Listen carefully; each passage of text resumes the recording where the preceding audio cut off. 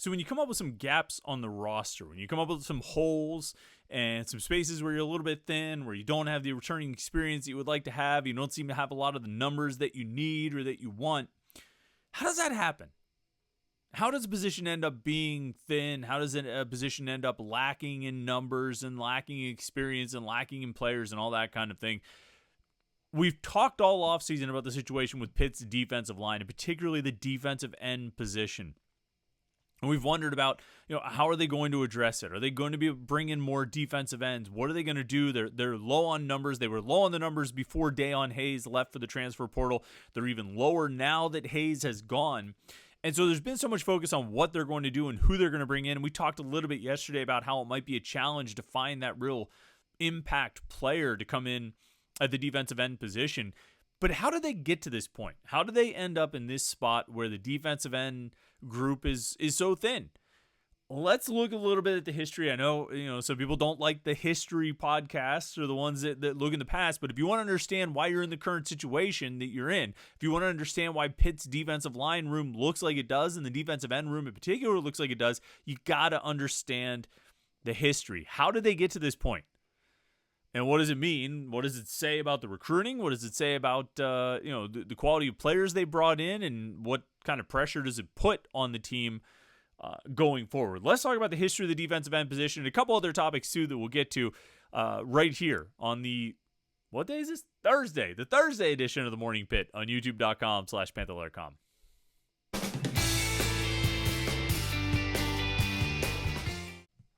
That's right, it's Thursday, it's the Morning Pitt, it's youtube.com/Panther-Lair.com. We're getting near the end of the week.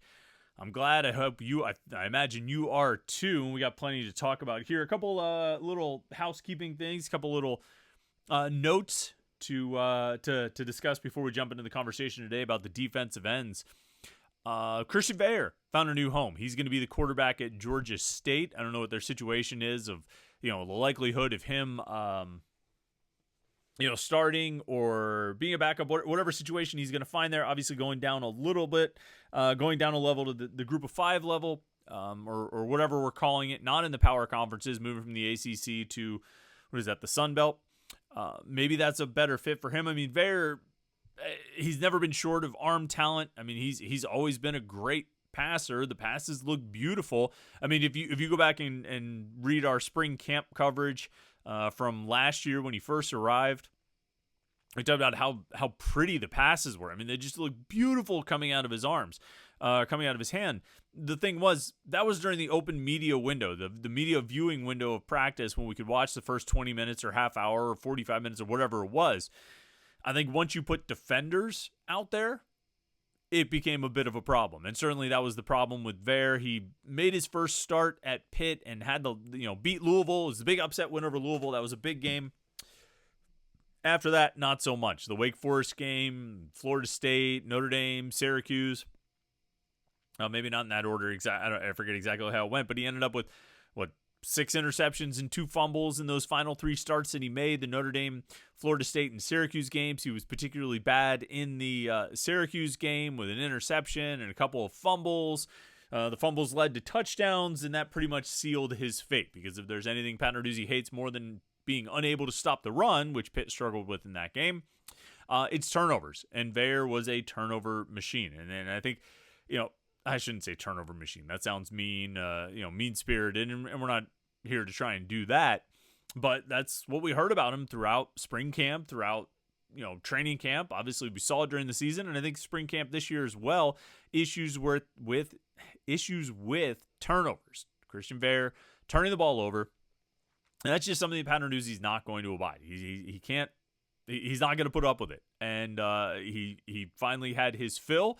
Got sick of it after the Syracuse game, or during the Syracuse game, brought in Nate Yarnell, and Yarnell, obviously beat Boston College, lost to Duke, but he's got the starting job now, and he'll move forward. Best of luck to Christian Veilleux. Seemed like a nice kid. He's got to figure out how to protect the football, because even at Georgia State, if you're throwing picks and you're fumbling the ball and you're not taking care of it, you're not going to stay in the game. I think most coaches won't put up with that, and certainly that was the case at Pitt. And it's the biggest thing that Christian Veilleux has to figure out, because he's got great arm talent. He throws the ball as well as anyone. You know, I mean, there's a reason I think it was Bub Means had Christian Veilleux pass to him, throw to him at pro days, because he throws it great. He just has some,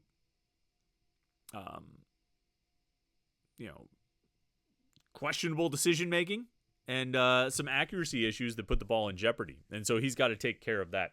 The other thing, there was a tweet yesterday. I figured we would make a quick mention of this from, who said this? Dushan London, who covers basketball recruiting for CBS Sports and 247, a couple places like that, says that Dior Johnson has been hearing from schools in the, quote, Big 12, ACC, SEC, Big 10, Mountain West American, and Big East conferences.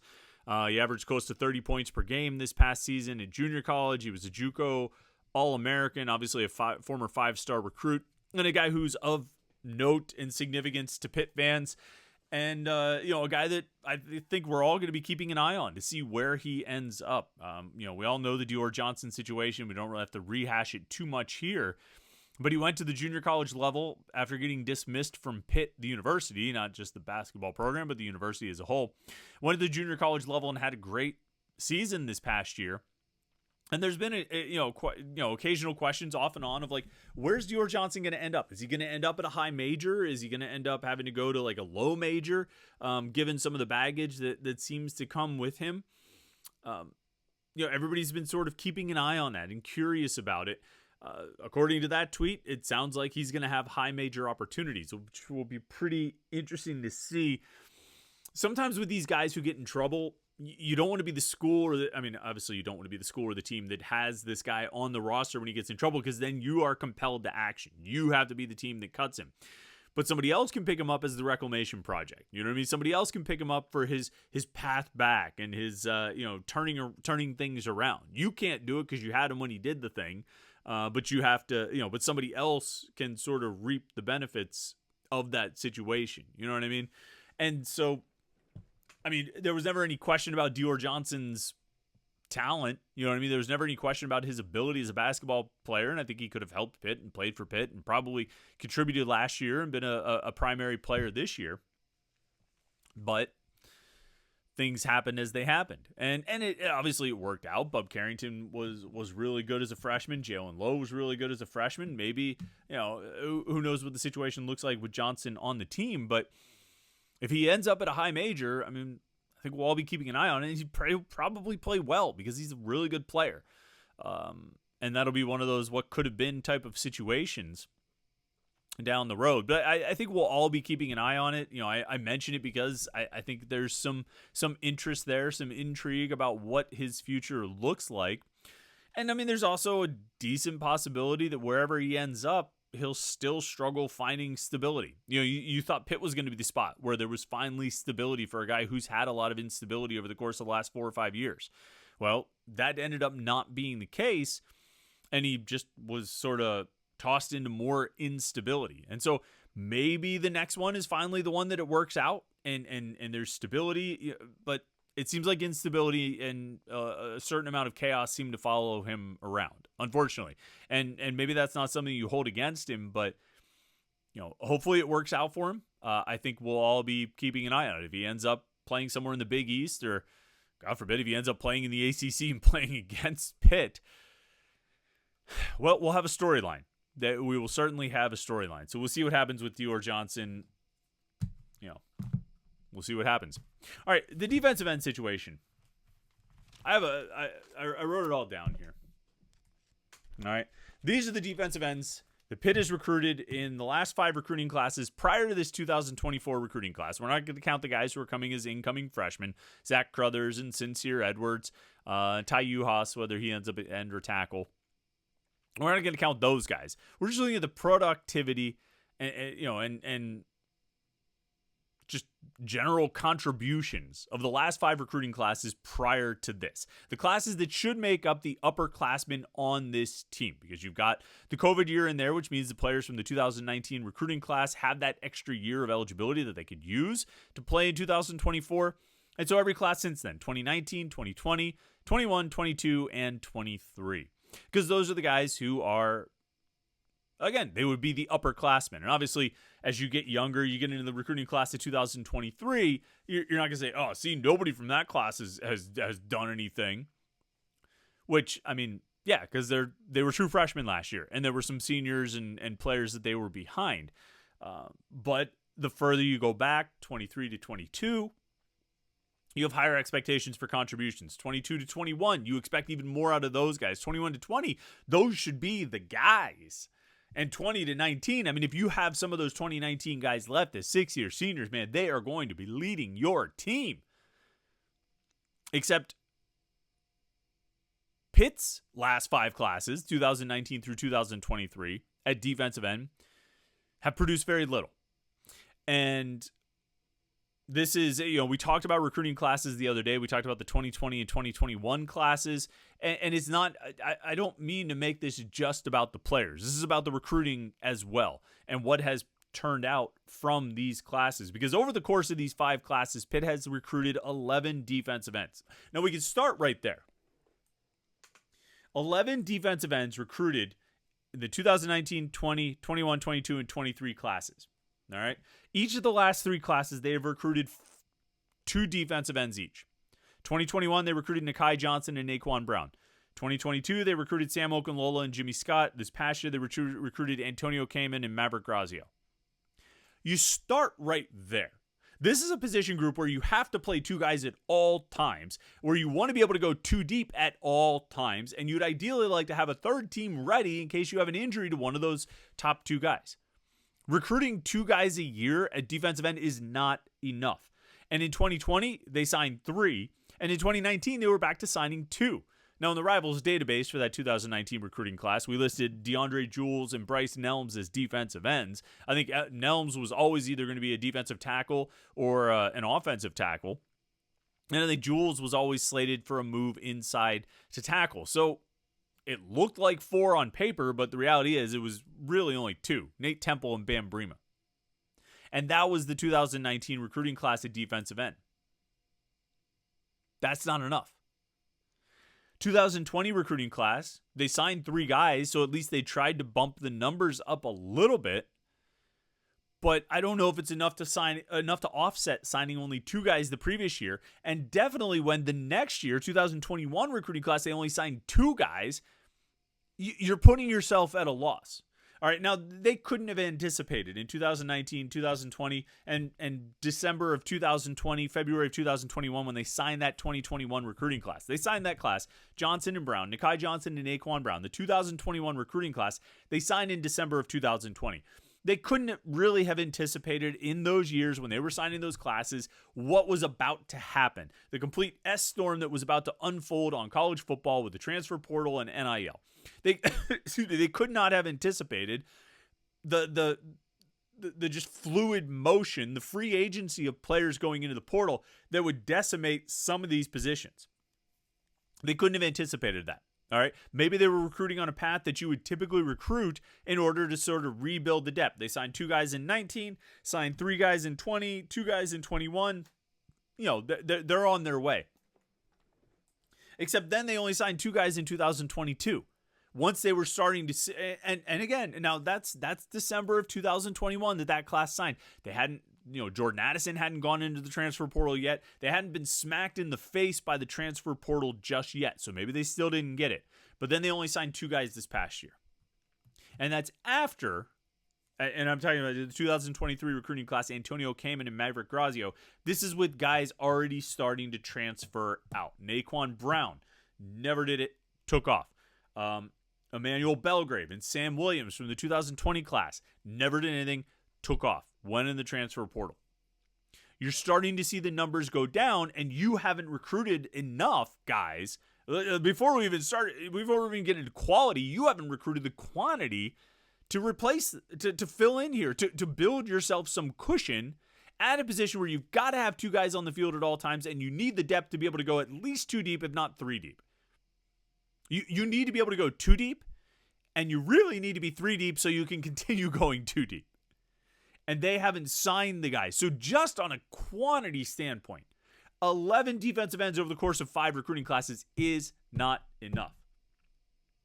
And then you get into what they actually signed in those classes. 2019, Nate Temple has made 9 starts in 5 seasons and 1.5 sacks. Bam Brima, 3 starts in 5 seasons and 4 sacks. 2020 recruiting class, you got Dayon Hayes.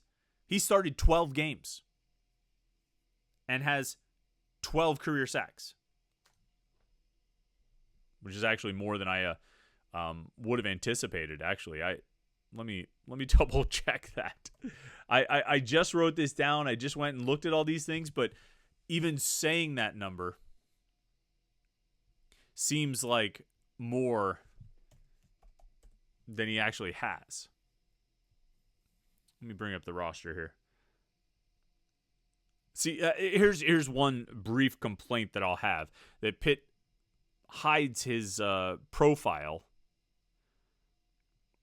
These guys that once they leave for the transfer portal. And their websites are also slow, and they have this. Anyway, Dayon Hayes. Let's bring up his career stats. Yeah, 12 sacks. Okay. 2.5 his freshman year, 2 the next year, 3.5 the year after that, and 4 this past year. So 12 sacks over the course of 4 seasons. All right, that was a long time just to confirm the information that I'd written down. That's from the 2020 class. The other 2 guys they signed in that class, Emmanuel Belgrave and Sam Williams, are gone. I think Belgrave might be back in the transfer portal again. I forget where he went, but I think he's back in the portal again. 2021 recruiting class, they signed Dior Johnson and Naquan Brown, 2 4-star defensive ends. Brown has gone to the transfer portal. Johnson has moved to defensive tackle, but in the course of his first 2 years at Pitt, 3 years at Pitt, actually, 2021, 22, and 23, he made 0 starts and 1 sack. 2022 recruiting class, you get Sam Okunlola and Jimmy Scott. And Okunlola did have some production. I think he had 5 sacks last year, I want to say.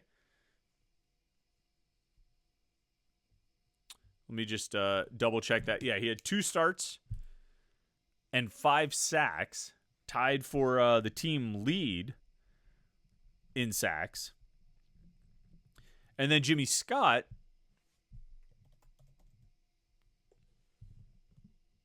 has not started a game. For some reason I didn't write down his stats here. He played in 11 games last year, had 1 tackle for loss. So bring it all together. And out of these 5 recruiting classes where they've signed 11 guys, where they're already working at a loss from the quantity side of things, they have gotten 26 career starts and 23.5 career sacks. 5 recruiting classes, 11 guys. Or even if you want to go 4 recruiting classes and 9 guys, if you don't want to count this 2023 class with Maverick Grazio and Antonio Kamen having transferred, so he's gone now. He's now the 6th defensive end Pitt has signed since 2019, who has gone into the transfer portal. Even if you don't want to count those guys, because you want to say, well, it's unfair, they were true freshmen, they weren't going to play a lot. You look at those 4 recruiting classes, 2019 to 22, 9 players, 26 career starts combined, 23.5 combined sacks from 9 players over the course of 5 seasons. The issues here are many. And the reality is, for all that we've talked up Pitt's defensive line recruiting, under Charlie Partridge, who's gone off to the Indianapolis Colts, the reality is the last 5 years haven't produced a whole hell of a lot. You got Dayon Hayes with 12 sacks and 12 starts. You got Sam Okunlola with 5 sacks and 2 starts. You basically have 2 productive quality players out of the last. Let's not even count the 2023 class. Let's just say the 4 recruiting classes before that produced 2 quality, productive defensive ends. The recruiting, there's not enough quantity and there's not enough quality. And that's why they end up in the situation they're in right now. How did they get to where they got right now? Where they've got 8 scholarship defensive ends, 3 of which are incoming true freshmen, 5 guys who are redshirt freshmen or older, and actually 2 of them are redshirt freshmen. So there's 3 guys who have at least, are entering their 3rd year or more in college.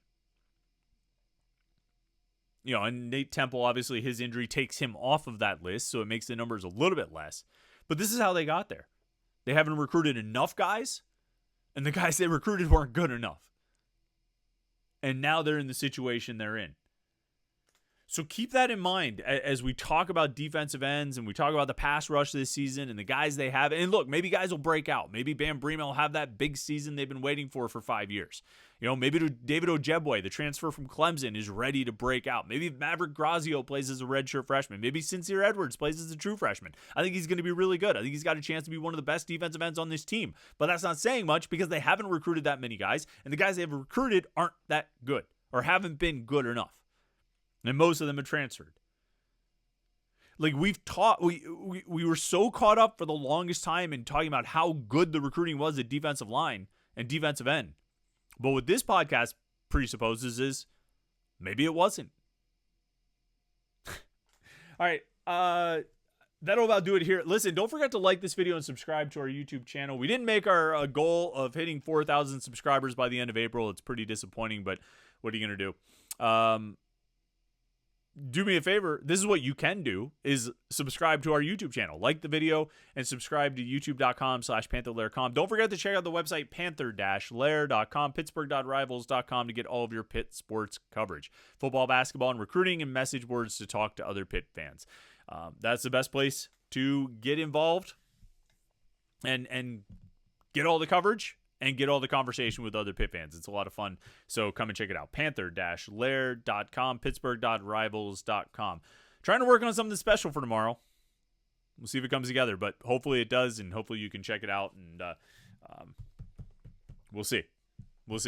Hopefully it's a special episode of the Morning Pitt, but we won't give any teasers beyond that. And we did the teasers after the promo, so most of you aren't even watching this anymore at this point. So we can make funny faces and stuff like that because nobody's watching when we get to this point in the video. But either way, if you are, thank you. Thank you for watching all the way through the video. Thanks for watching the video today and all week. Hope you have a great Thursday, and we'll catch up with you tomorrow for the Morning Pitt right here on youtube.com/Panther-Lair.com.